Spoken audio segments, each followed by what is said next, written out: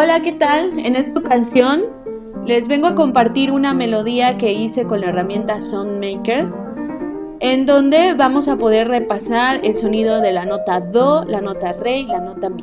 Vamos a entonarla con este canto. En esta herramienta la nota Do nos aparece de color rosa, la nota Re de color naranja, la nota Mi de color amarillo.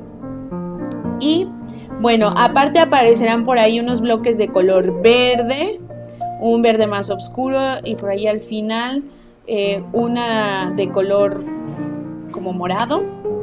Estas no precisamente vamos a entonarlas con su nombre, sino que nos ayudarán a decir una pequeña frase después de mencionar varias veces el nombre de cada nota. Bueno, el propósito es que ustedes, después de escucharme a mí hacerlo, lo puedan hacer con el video en casa, ¿sale?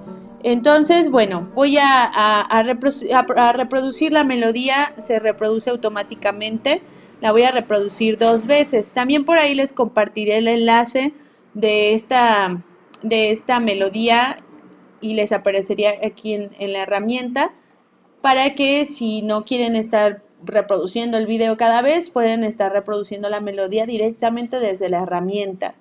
La verdad que es una herramienta bastante poderosa para que los niños también después puedan realizar sus propias creaciones sin necesidad de saber precisamente notación musical, sino ir identificando las notas mediante colores y se vayan ellos ahora sí que relacionando con el sonido de cada una de ellas.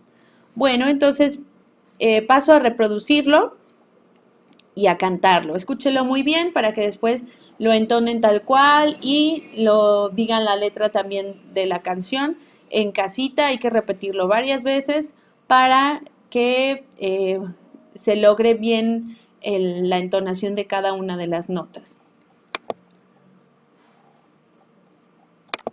Do, do, do, do, este es el do, do, do, do, do, do, do, así suena el do, do, do, re, re, re, re, este es el re, re, re, re, re, re, re, así suena el re, re, re, mi, este es el mi,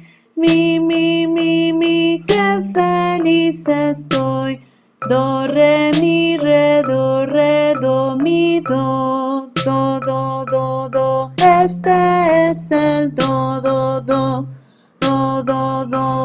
este es el do.